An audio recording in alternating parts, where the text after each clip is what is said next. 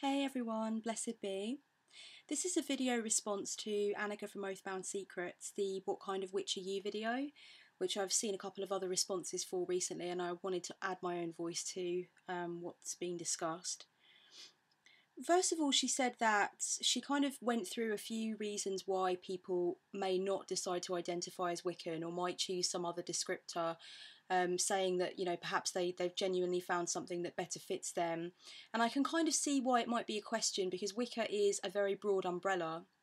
And I suppose in a lot of ways I could have placed myself under that umbrella, and I nearly did when I was younger.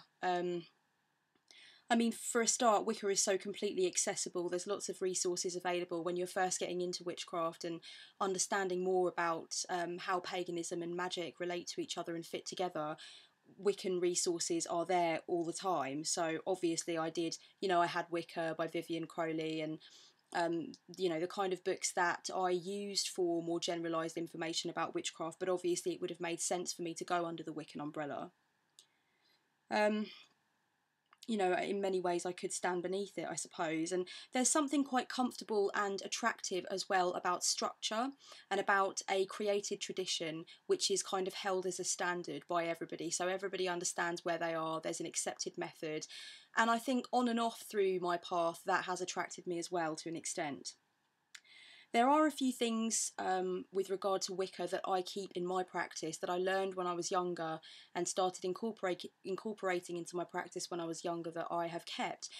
For example, I celebrate the 8-spoked Wheel of the Year, and I know that's true for many, many pagans who aren't Wiccan, that they do celebrate the 8-spoked Wheel of the Year, not just the 4 old Gaelic festivals, and I use the accepted names that Wiccans kind of select and use for the 8-spoked Wheel of the Year. I also keep a Book of Shadows and a Book of Mirrors. Now, obviously, for anybody on a spiritual path, you are going to, more often than not, have a book that you use to write down your feelings and your ideas, what's inspired you, etc. But I actually have a Book of Shadows. It has Book of Shadows written on the side of it because I think it's a very beautiful name for a journal which contains the rituals that I've done. And the Book of Mirrors, again, I just think it's a beautiful name. It's a cracking name for a spiritual journal, so I've kept that. And I cast circles and I perform rituals, to coincide with the 8-spoked Wheel of the Year. I do ritual at other times, and there are other things that I identify with from other spiritual ideas and also stuff that I've put into place on my own. But I suppose to a lot of people that could kind of make me look pretty Wiccan, I guess. I'm unable to call myself Wiccan, mostly I suppose. Well, I mean, there are 2 reasons. Firstly, the way I view God kind of complicates matters. Annika said in her video that one of the things that she feels kind of defines somebody as Wiccan is their worship of the duality of God as both a masculine and a feminine energy. And I have no real issue with that. I mean, for me, I'm a Jungian thinker. I understand that the words masculine and feminine, when we're talking about energies and when we're talking about power and nature, don't necessarily subscribe to human gender. I understand that it's bigger than that, if you like, that they're actually descriptors to represent certain kinds of energy. So I don't have any problem with that at all, but because of my pantheistic beliefs, I kind of see everything as the face of God, and I look at things that you wouldn't expect me, or somebody, I guess, in general, to think of as actually looking directly into the face of God or into the inner workings of God. Pantheism, the best way I can think of to describe it, if you're not quite sure, is a lot of people who believe in God or believe in the divine kind of imagine that this earth or this universe, this cosmos, whatever you want to call it, is a machine. And God is the hand that has been laid upon that machine. So God is the hand that understands the machine and keeps it going in some way. Pantheism is basically just the belief that the machine itself is God, that there is nothing outside of it, there is nothing operating it, there is no hand upon it. The machine itself actually is God. So, you know, I see God in everything, but I see kind of the face of God, if you like, as those moments of intense recognition, you know, what strikes me.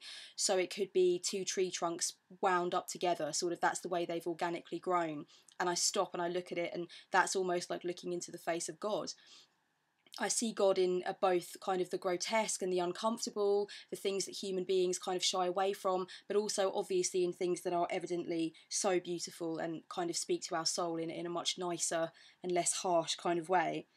You know, on top of that, abstract things are aspects of God for me. I myself am God, and you know, many things that could not be described as masculine or feminine and don't kind of fit that traditional descriptor, are things that I would like to represent on my altar and in my practice to reflect that. So I suppose the duality of masculine and feminine is kind of limiting.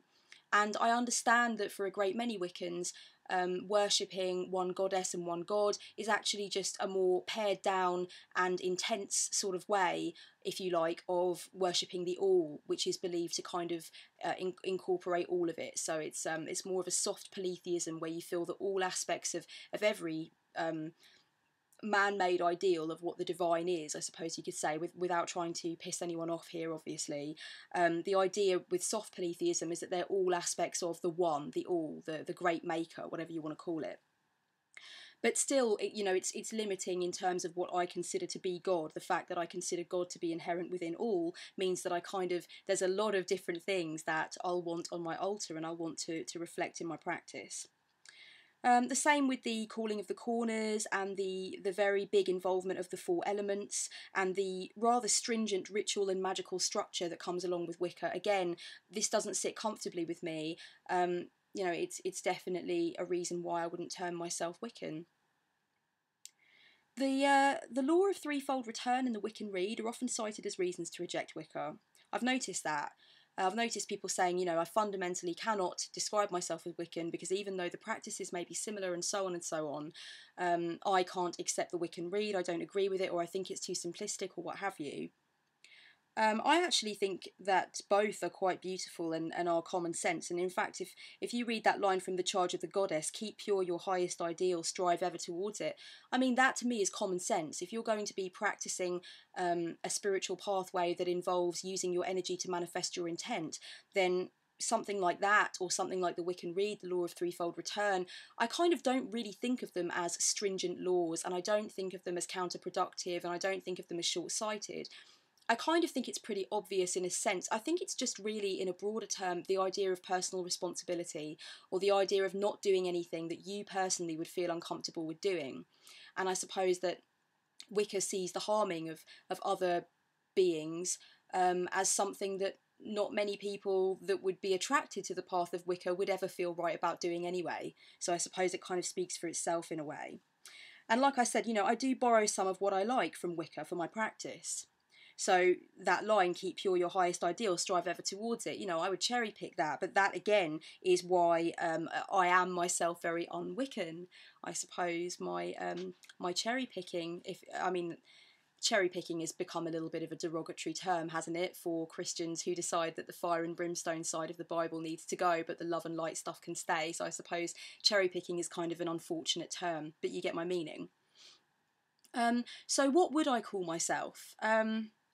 Well, I only recently became comfortable with the word witch anyway, and if you watch my Owning It video, you'll understand that it's been kind of a long, hard road for me to come out and accept it as a descriptor for myself. And I think that my boyfriend helped a lot with me finally being able to do that, and I think also starting this channel helped a lot, and seeing the bravery of the people that are really putting themselves out there. And don't get me wrong, there is a fear with this channel, of course, because there are people in my life who don't know, there are people at work who don't know, and I suppose I worry about how that will colour their perception of me, but it's not something that stopped me, and I'm proud of myself for that. Calling myself an eclectic witch, I suppose, makes sense, but eclectic often comes with quite a strong disclaimer. A disclaimer stating that you're very respectful of different traditions, you're very wary of mixing traditions or mixing pantheons, whereas as a pantheist, my view is that all man-made interpretations of divinity are valid and hold power, and they are part of the web of the collective unconscious. So consciously, I actually decide to mix opposing beliefs, and I celebrate whatever speaks to me. For example, I revere and I have a great kind of importance placed upon all of the death goddesses. So, you know, Hel, as I've spoken about before, is my patron deity. She's the Norse goddess of the underworld. Ixtab is also important. Santa Muerte, Kali, Mengpo. You know, these goddesses they all kind of have their part to play. They're all faces of an aspect of nature to which I'm strongly drawn. And I also am a big believer in the importance of paradigm shifts and their importance in the ritual space and for raising energy. I'm very interested and I practice the art of achieving altered states of consciousness by many different means. I believe that ritual should be creative and original. I like practicing unorthodox methods for spiritual expansion and experimentation. I'm kind of into the idea of ego deconstructive exercises as well and stuff like that. So I think whereas Wicca kind of talks about coming at it from a very pure place where you go into the circle naked and it's perfect love and perfect trust, there's almost this idea of things being stripped back if this isn't kind of too artistic an interpretation. It's kind of like this idea of stuff being stripped back and knowing exactly who you are and going into the circle raw and kind of being brutally honest as yourself. Whereas I kind of feel that experimenting with persona in the circle can be quite interesting and invigorating and can raise a certain kind of energy, and ego deconstructive exercises whereby you confuse the energy within the circle, you confuse yourself or you confuse other people. I suppose this is going into Crowley territory, and Crowley isn't necessarily somebody that I would consider to be integral to my practice, but again, I pick and choose what I like. I select what interests me, I select what empowers me. Everything and anything that I could lay my hands on or turn my eyes to is God. So really what I'm doing is I'm picking out the strongest flavours or the flavours that I enjoy of the all, which I feel is inherent all around me and is the only thing that could be described as the divine, is everything that has existed, will exist and exists now. So I suppose what I'm doing is I'm shopping or I'm creating a recipe and I throw things in and out of that recipe as I go, and I don't consider that to be disrespectful in the slightest. I do believe that the most powerful gift or the most powerful facet of my being is my imagination. I have a very strong imagination. It's something that I've been known for since I was a small child, and I did often used to go into trances, and you know, my imagination is visceral, it's extremely vivid, and I am a very creative person. And I don't want to leave that outside the circle in favour of tradition and structure, and I think that's another reason why Wicca kind of didn't repel me as such. That's not what I'm trying to say, and I'm very interested in Wicca, and I love selecting books on Wicca even though I'm not strictly Wiccan, because I still think that they speak to me, they still have something to say. But you know, I think that if I was to leave my imagination and my desire to create something from scratch and my desire to really experiment outside of the circle in favour of a tradition and a structure, something that's already kind of written out and confirmed, then I think that that's doing myself a disservice. And I am working on my own book at the moment of spells and rituals and ideas. I'm kind of recording my own deeply personalised tradition, which is formulated organically over a very long time. So, you know, I'm shopping for anything that I feel holds power, and I'm kind of putting together something that I feel is very true to what overall I believe. I think what's sacred to me in the circle and as a witch may include any number of things at one time, which is another reason why that structure and that tradition that I'm talking about comes into question or comes into the crossfire for me. You know, in the circle at any one time I might have, for example, substances which I consider to be sacramental that I will use, all different kinds of music. I'll have ideas going on or processes going on that have to do with Discordianism, Hinduism, ideas from the Church of the Subgenius, paying respects to dead writers, film stars, artists. I make art inside the circle. I might raise energy to invest into a specific object, to do a specific thing with. I might explore the astral realm, work out my own shit, cry, whatever, grapple with the problem of my consciousness, I suppose you could say. I've even marked out a circle to sleep as a sacred exercise before, which was interesting. And sacred texts for me as well are very sort of far and wide, really. I've seen Grimm's fairy tales as a way to kind of unravel the voice of God. And fairy tales, I think for me, they're rich in archetypes. They speak to me about the collective unconscious, which is a huge way that I feel we bridge the gap between the conscious and unconscious realms through archetypes invested in things like fairy tales and mythology and stuff like that. So yeah, all manner of mythology, fairy tales, Alice in Wonderland, the writings of Timothy Leary, the poetry of Anne Sexton, this kind of thing. So it's very kind of far and wide. You know, I pick what comes to me and what holds real power. So it does come from a very honest, organic place. It's not disingenuous. It's not artfully self-conscious. It is truly what I believe. Kind of gives me the strongest, I don't know what you'd say, a shot of God, if you like, because it's all divine to me. So seeing the face of God is getting that thing, hearing that poem, seeing that object that holds so much intensity that it makes me stop. It's that aha moment, if you like, where I see the face of God, and I want as many faces of God in my practice as possible. So now I'm just going to talk a little bit about the term Chaos Witch. Chaos magic, I recently identified the realm of chaos magic as bearing a great many similarities to my ideas and practices. Obviously, I've been aware of chaos magic for a long time, and the ideas that it kind of proposes and taps into. But I think it was just over the last 6 months or so, it's been kind of bothering me that it's going to sound crazy considering everything I've just said, but it's kind of been bothering me that I can't label my practice up in some way that is going to make it easily digestible for other people. So I suppose I was looking around and I was tapping things into Google, like unorthodox magical practice, you know, just trying to find things that I could read about that other people kind of tapped into with regard to making your own practice and to using what speaks to you and using the idea of paradigm shifts, for example, and things like that. I mean, this altar space that I've set up to kind of illustrate to you how I feel about magical practice and how I go about ritual working. And it's ritual that's important here, remember. I kind of feel that ritual is the be-all and end-all of what I do, and I see it as a form of magic. So, you know, it's kind of set up to explain to you, I suppose, how important paradigm shifts are to me, that you have a number of different things at work here. You have some images from different spiritual philosophies or religions. You have good luck charms, kind of things that kind of represent different ideas of what I feel God taps into. And then, of course, also you've got gemstones that have various different kind of ideas put into them or energies that they hold. The image in the frame is evidently supposed to represent a death goddess. It's actually a photographer. He did a shoot of a nude model in this skull, and it really spoke to me straight away. As soon as I turned the page, it was like an archetype just jumped straight out at me.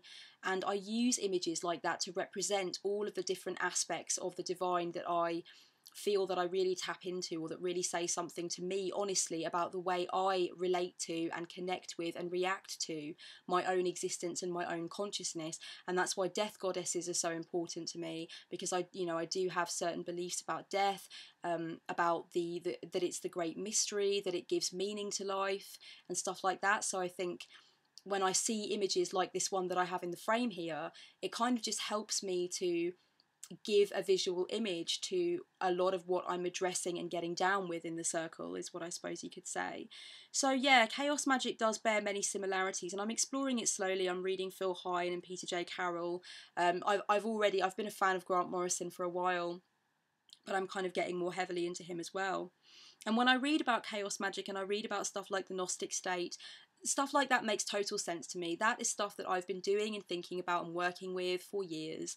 It's just that I have a name for it now. And I think, like I said in my pantheism series, when you find the name for something, instantly things click into place. It's not because you are eager to label yourself up so that you don't feel kind of out of it or whatever. It's not about that. It's not about that at all.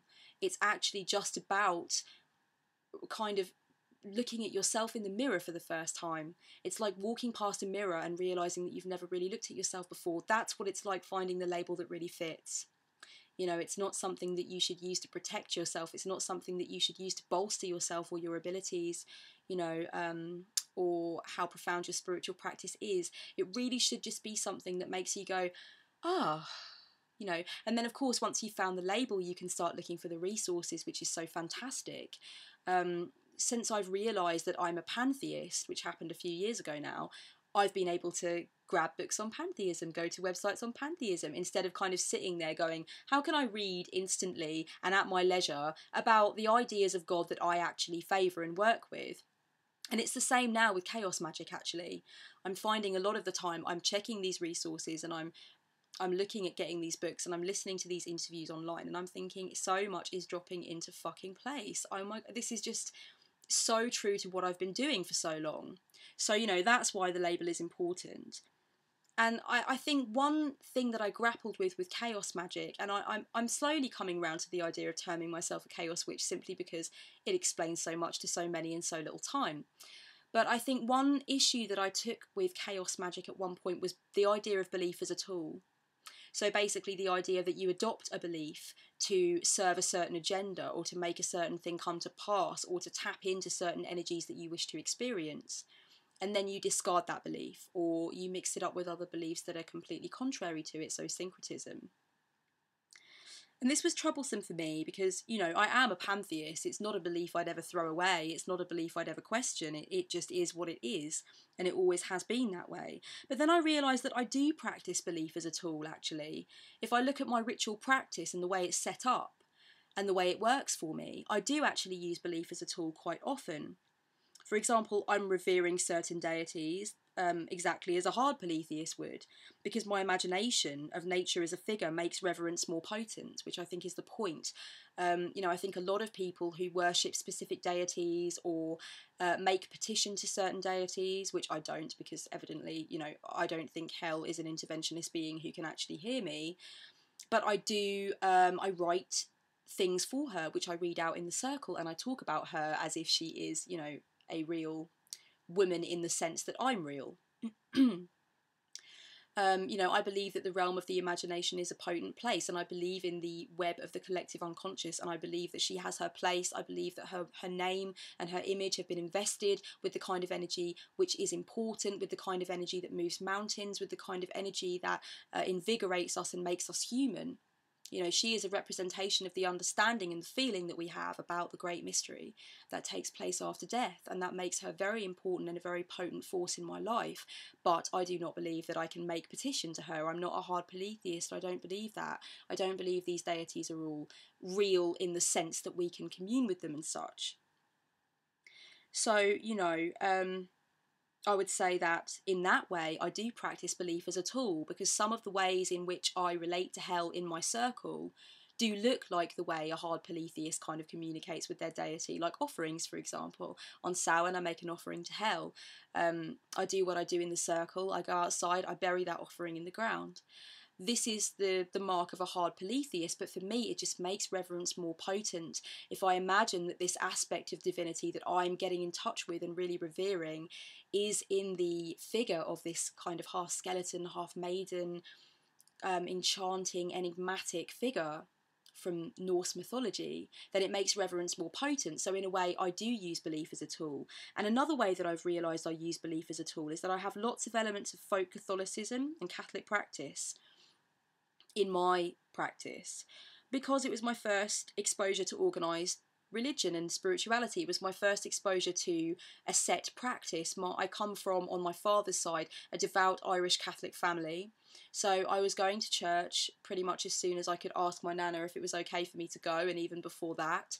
I was lighting candles. I used to love genuflecting. I love the statues. I kind of love the pomp and ceremony of it. I love the reverence, the silence, the prayer. And I still now go into Catholic churches, particularly when I'm away in Europe. I've talked in my Pagans Going to Church video about that, and about the love that I have for Catholic churches, because it just reminds me of the first experiences I had of watching adults revere the divine. So even though I have more than put away any notion I may have ever had of becoming Catholic myself, I still, there's still a lot of elements of what I would call folk Catholicism. So the way in which Catholics do things, and the way that everything is kind of steeped in opulence and statuettes and objects and kind of idolatry in a sense, I do that, but I do that with kind of folk saints and anyone that I wish to throw into the mix kind of thing. I think that the way that Mexicans have interpreted Catholicism, and potentially, I suppose, anthropologically speaking, you could say, mixed it with their pre-Catholic heritage, I think that speaks to me. That speaks to me a lot, which is funny because I have Mexican on my mother's side. You know, the only real kind of bloodlines that I have are Mexican, Irish and Scottish. So I have that Catholic thing going on, but I also have that desire to mix it with this completely different flavour. And I'm interested, you know, obviously in animism, which is a close cousin of pantheism. So again, with the folk Catholicism and the way I do things like that, this is belief as a tool. I have chosen to do that because it speaks to me.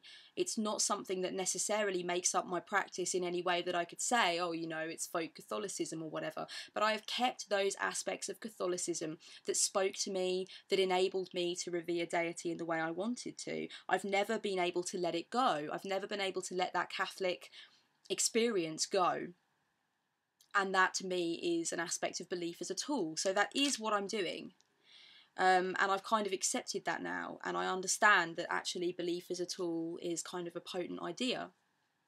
So yeah, in many ways I am coming to this this acceptance and realization that Chaos Witch may actually be a good moniker for me, which is kind of where I was going with this video, I suppose, was just to explain the reasons why I would wish to be Wiccan, why I would feel it would maybe be easier to be Wiccan, the ways in which it's evident that I can't refer to myself as Wiccan, really, in good conscience, and thirdly, just kind of how I do refer to myself, I suppose. So yeah, only just really becoming comfortable with the word witch, I could say, after a great many years of always suspecting in the back of my mind that it was something that I needed to come to terms with. And, you know, if you haven't watched my owning it video, and you're wondering why I had such an issue with the word witch, I would watch it because it kind of does explain a lot about the issues I was having.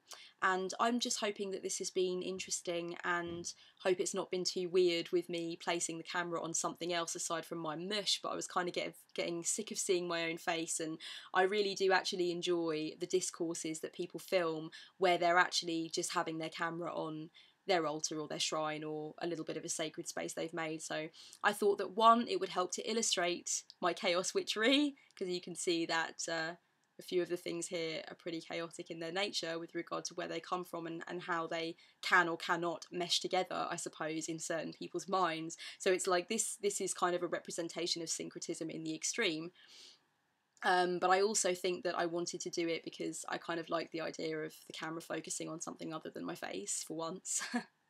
So I hope you've enjoyed listening, and thank you for listening, and keep the responses coming to the video, because I think it is something that speaks to a lot of people and that we all want to talk about, so that's great.